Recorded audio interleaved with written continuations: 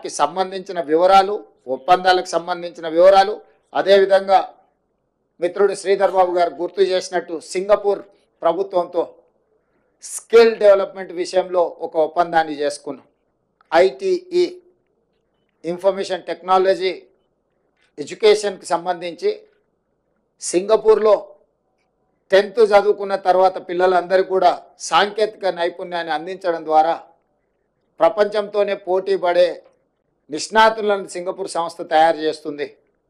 అందుకే ఈరోజు తెలంగాణ రాష్ట్ర ప్రభుత్వం వాళ్ళతో ఒప్పందాలు చేసుకొని ఇక్కడ చదువుకునే విద్యార్థులను కూడా అక్కడికి తీసుకెళ్ళి వాళ్ళ ఐటీఈలో శిక్షణ ఇచ్చే విధంగా అక్కడి నుంచి కూడా విద్యార్థులను ఇక్కడికి తీసుకురావడం ద్వారా మన సంస్థల్లో కూడా వాళ్ళ విద్యార్థులు కొంతకాలం వచ్చి ఇక్కడ మన విద్యార్థులతో కలిసిమెలిసి చదువుకుంటే సాంకేతిక నైపుణ్యం పెరుగుతుంది, మన వాళ్ళకు కూడా అవగాహన పెంపొందుతుంది.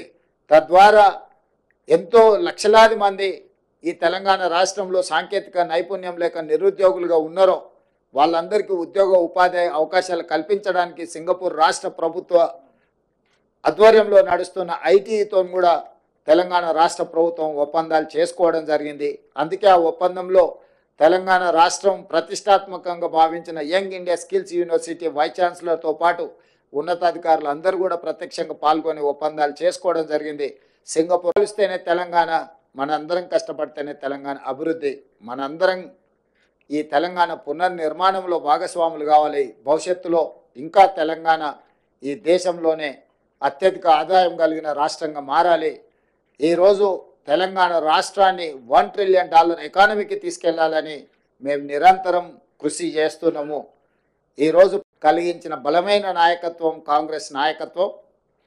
ఆ కాంగ్రెస్ నాయకత్వంలో ఏర్పడ్డ తెలంగాణ రాష్ట్ర ప్రభుత్వం పట్ల 13-14 నెలల్లోపునే సంపూర్ణమైన విశ్వాసం చూపించి 1,80,000 కోట్ల రూపాయలను తెలంగాణ రాష్ట్రంలో అంతర్జాతీయ స్థాయి సంస్థలు పెట్టుబడులు పెట్టడము ఇది నిరంతర ప్రక్రియ.